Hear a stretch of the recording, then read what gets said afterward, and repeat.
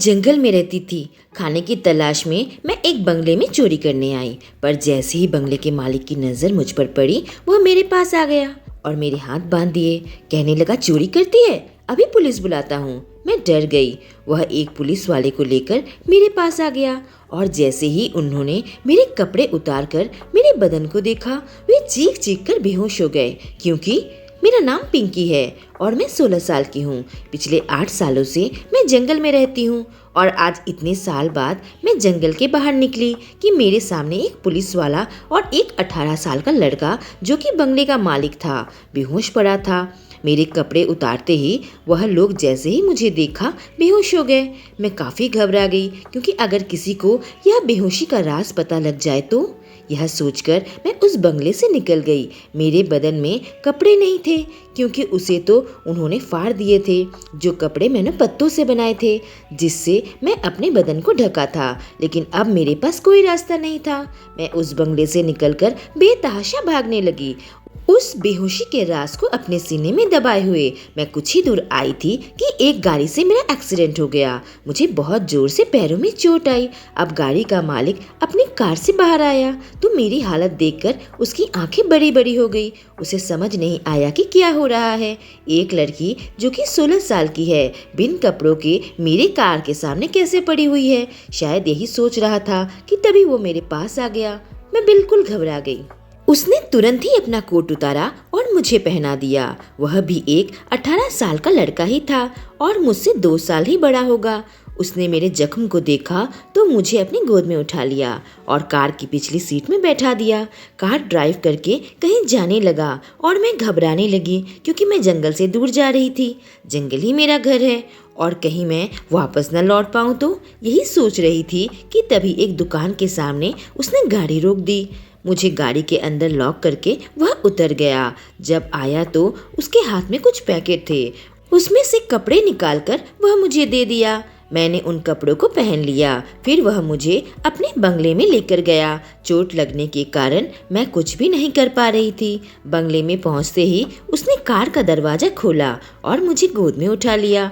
बंगले के अंदर एक कमरे में वह मुझे लेकर गया। वह मेरी तरफ देखे जा रहा था और उसके मन में सैकड़ों सवाल थे कि आखिर बिन कपड़ों के मैं कहाँ भागी जा रही थी।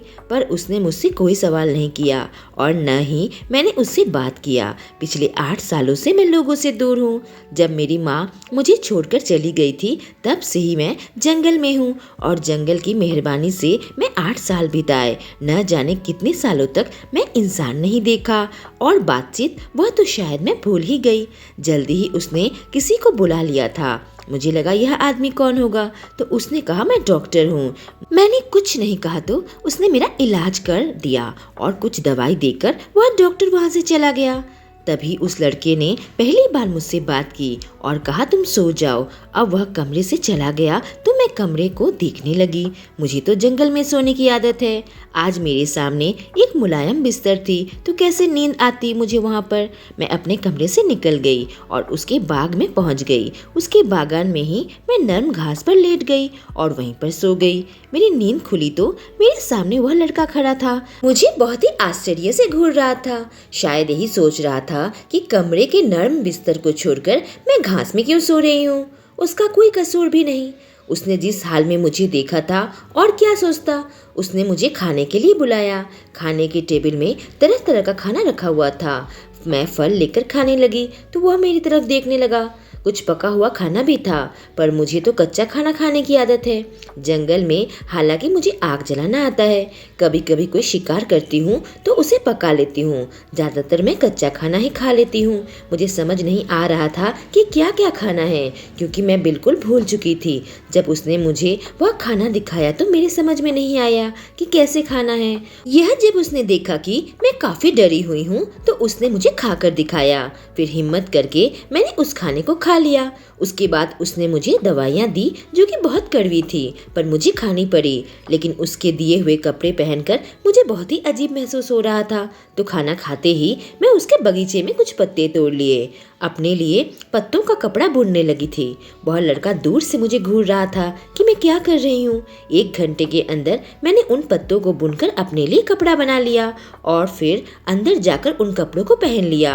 अब मुझे आराम महसूस हो रहा था। जब मैं वह कपड़े पहनकर बाहर निकली तो वह लड़का मेरे करीब आ गया और मेरी तरफ बहुत ही हैरत भरी निगाहों से देखने लगा। अब उससे रहा नहीं गया। उसने कहा, तुम इन कपड़ों को छोड़कर पत्तों से कपड़े बनाकर क्यों पहने? तुम पागल हो क्या? कल नर्म बिस्तर को छोड़कर तुम बाग में क्यों सो रही थी और बिन कपड़ों के यूं सड़कों में बेतहाशा क्यों भाग रही थी? मुझे समझ नहीं आ रहा था कि मैं इसका क्या जवाब दूं। आखिरी बार मैंने अपनी माँ से बात की थी जब वो बहुत बीमार पड़ गई थी। मेरे पापा तो बहुत पहले ही गुजर गए थे और मैं माँ के साथ रहती थी। हम बहुत गरीब थे और बहुत मुश्किल से हमारा गुजारा चलता था।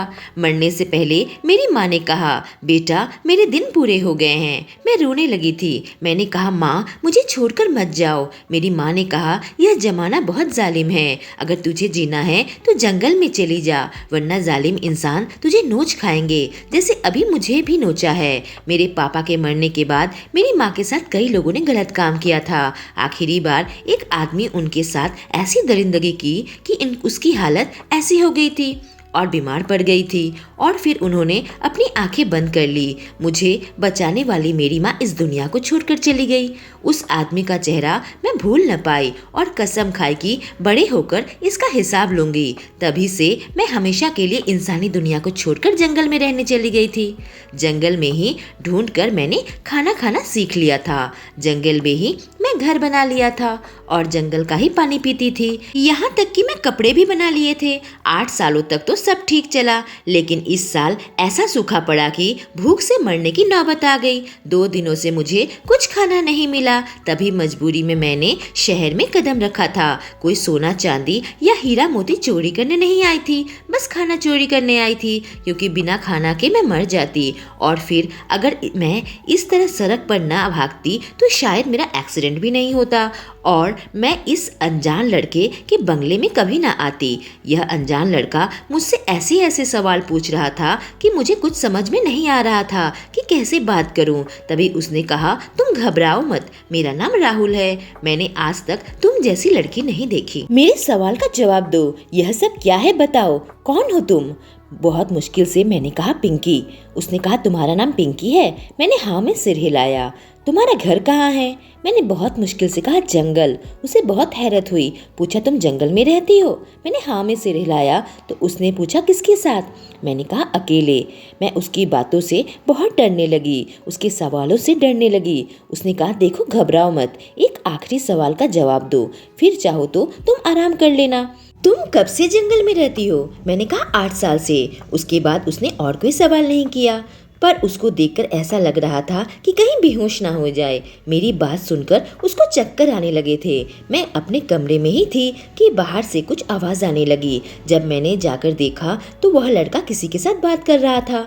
शायद वह भी कोई पुलिस वाला था। अब मेरे दिल की धड़कन बहुत तेज हो गई और मुझे रात वाली बात याद आने लगी। कहीं पुलिस वाला मेरी तलाश में तो नहीं आया। मैं बहुत ज़्यादा घबरा रही थी कि तभी उस पुलिस वाले ने कहा, हम एक लड़की को ढूंढ रहे हैं। उसने कुछ ऐसा किया है कि एक पुलिस वाला और तुम्हारा दोस्त अमित इस वक्त अस्पताल में हैं और जिंदगी और मौत से लड़ रहे हैं।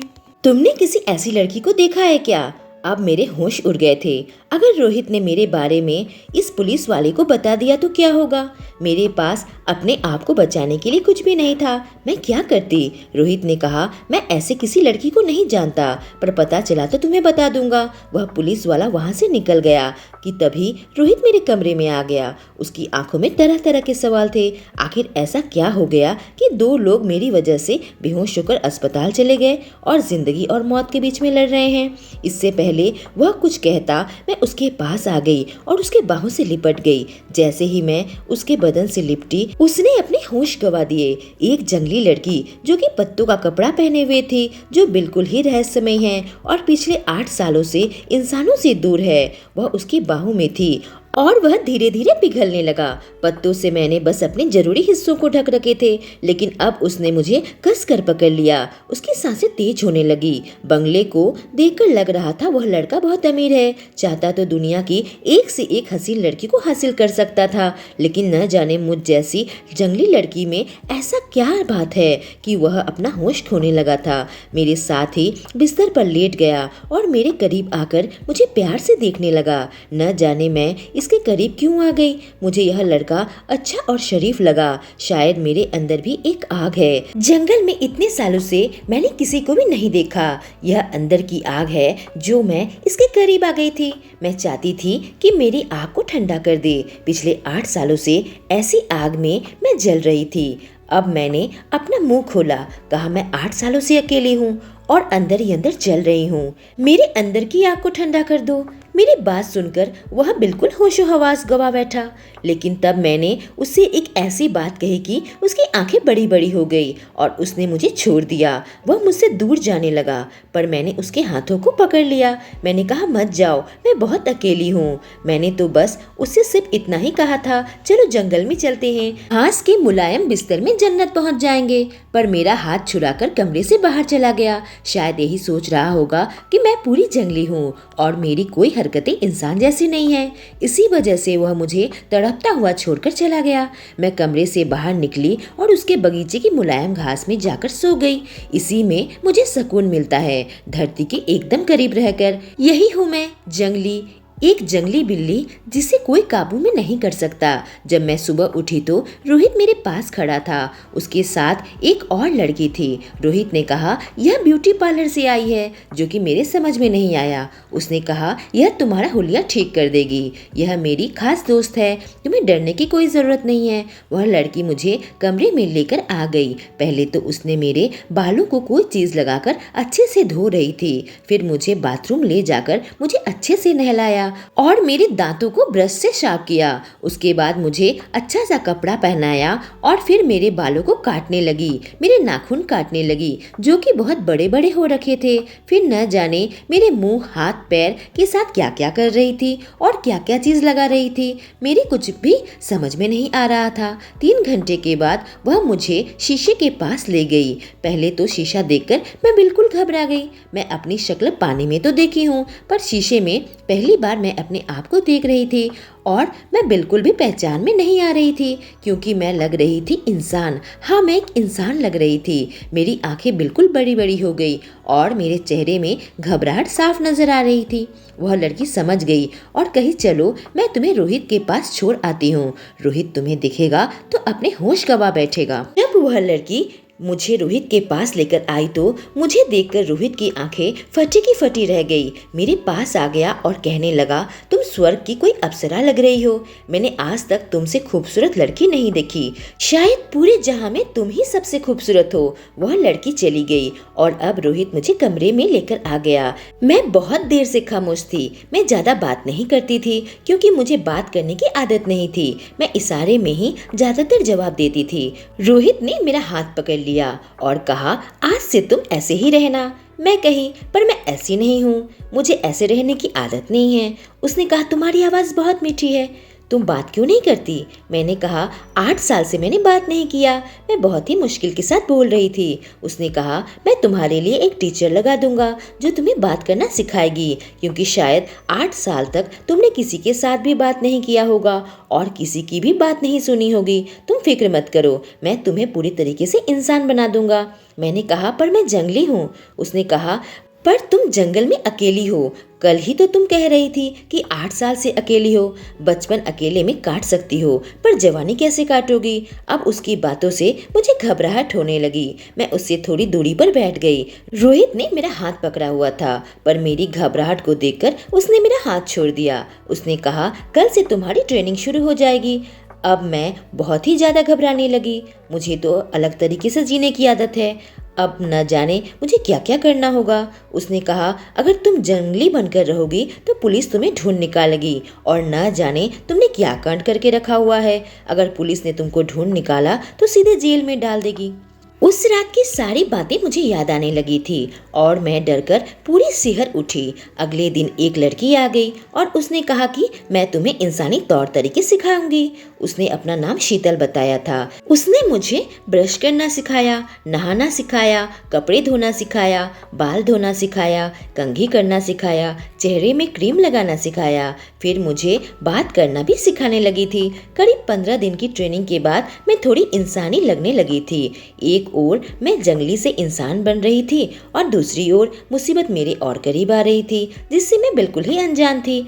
एक ओर मैं यही सोच रही थी कि मैं जंगल वापस नहीं जाऊंगी, दूसरी ओर दबे पांव मेरी जिंदगी में भूचाल आने को तैयार था। करीब 15 दिन के बाद रोहित ने कहा कि आज मैं तुम्हें एक पार्टी में लेकर जाऊंगा। रोहित मेरा हाथ पकड़कर मुझे उस पार्टी में लेकर गया। ब्यूटी पार्लर की वह लड़की आकर मुझे अच्छे से तैयार कर दिया था और मैं किसी स्वर्ग की अप्सरा से कम नहीं लग रही थी। सब ठीक ही चल रहा था कि अचानक मेरे सामने वह दोनों शख्स आ गए, अमित और वह पुलिस वाला। उन दोनों को देखकर मेरे पैरों तले से जमीन निकल गई। मैं बहुत ज्यादा घबरा गई। रोहित कसकर मेरा हाथ पकड़ा हुआ था, पर मैं उससे अपना हाथ छुड़ाने की कोशिश करने लगी और फिर मैं उस पार्टी से निकलकर भागने लगी। शायद मेरे पीछे पीछे कोई आ रहा था। जब मैं मुड़कर देखी तो मेरे पीछे पीछे रोहित दौड़ रहा था और अमित और वह पुलिस वाला भी मेरे पीछे पीछे आ रहा था। मेरे पास एक ही रास्ता था कि मैं जंगल में वापस चली जाऊं, भूल जाऊं इस जिंदगी को, अपनी जिंदगी में वापस चली जाऊं जहां मेरी माँ ने मुझे रहने को कहा था। शायद उस रात मुझे उस बंगले में जाना ही नहीं चाहिए था। जब मैं उस बंगले में पहुंची थी तो मुझे बहुत भूख लगी थी। वहां पर एक कुत्ता भौंकने लगा, पर मैंने उस कुत्ते को शांत कर दिया था। जानवरों के साथ रहकर यह हुनर मेरे अंदर आ गया था और फिर मैं किचन में पहुंच गई थी। वहां से खाना निकाल कर खाने लगी। फल, कच्ची सब्जियां, कच्चा मीट खाकर मैं अपना पेट भरने लगी थी। खाना खाकर मैं वहां से निकलने ही वाली थी, तभी एक कमरे से मुझे अजीबोगरीब आवाज आने लगी। शायद एक मर्द और एक औरत की आवाज आ रही थी। न जाने क्यों उस दिन मैं उस आवाज के पीछे खींची चली गई। शायद इंसान को देखने की इच्छा हो जो मेरे दिल में हो। कमरे का दरवाजा खुला हुआ था और एक 18 साल का लड़का, जो कि अमित है, किसी लड़की के साथ, उन दोनों की आवाज आ रही थी और मैं खड़े खड़े उन दोनों को वह सब करते देख रही थी और मेरा पूरा शरीर कांपने लगा कि तभी उस लड़के की नज़र मुझ पर पड़ गई। मुझे देखकर बहुत चौंक उठा, क्योंकि मैं जिस हाल में थी कोई भी मुझे देखकर चौंक उठेगा। जंगली कपड़े पहने हुए और बड़े बड़े नाखून, लंबे लंबे बाल। मैं तुरंत ही वहां से निकलने लगी थी कि वह लड़का मेरे पीछे आ गया। पहली बार किसी मर्द को मेरे इतने करीब देखकर मेरे चेहरे का रंग बिल्कुल उड़ गया था। वह मुझे पकड़कर घसीटता हुआ एक कमरे के अंदर लेकर आया। फिर पूछा, कौन हो तुम? यहाँ क्या करने आई थी? न जाने कितने सालों तक मैं इंसान से बात नहीं की। मैंने इशारे से बताया कि खाना खाने आई थी। मुझे देखकर तो उसके हैरत का ठिकाना न रहा।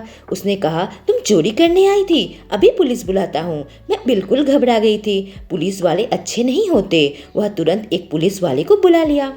जैसे ही पुलिस वाला मेरे सामने आया तो मेरे पैरों तले से जमीन निकल गई।